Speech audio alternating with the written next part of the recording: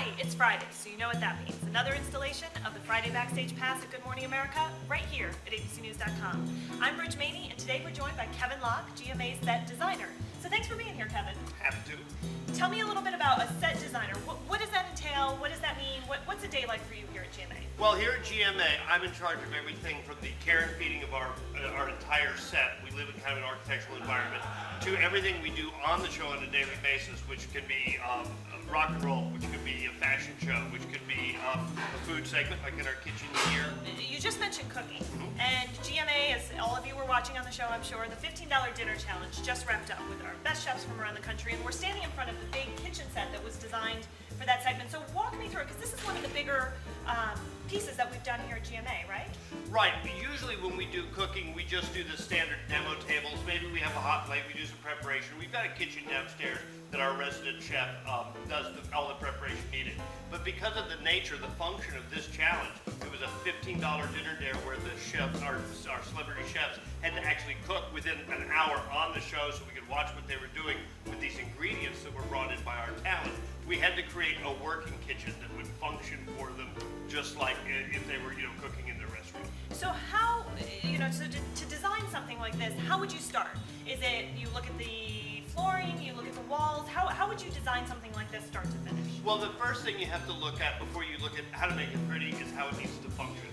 And so what I did was got together with our chef and our producers, and we talked about what the layout would be to make the kitchen most functional for our chefs to work in. And also it has to function on camera. So we had to think not only about how they were going to cook, but how they were going to present themselves to the camera. Right. So we start there. And then from there we identified what appliances we were going to need. So we start with those appliances. We start with this arrangement.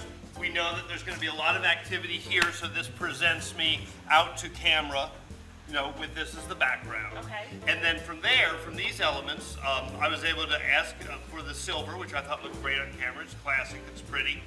And then from there, we went to the cabinets. I picked these because I thought they worked well with this. And from there, then we look at floor covering and walls. Those are our last choices because those are the choices that are easiest to change.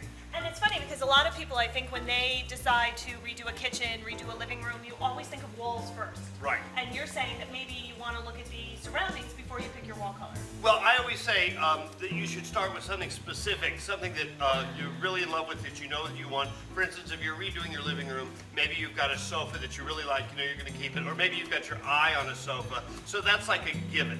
And then once you pick that, then you can go maybe to your floor covering, because that you've got a wide range of choices, but it's still a big investment. And then once you've got your furniture pieces, your floor covering, I go to walls last, because you're going to have, like we use, just like you use at the at the hardware store, you have this whole range of choices. So thanks so much for being here today, Kevin, on the Backstage Pass at GMA. What's the one tip we're going to leave our audience with today?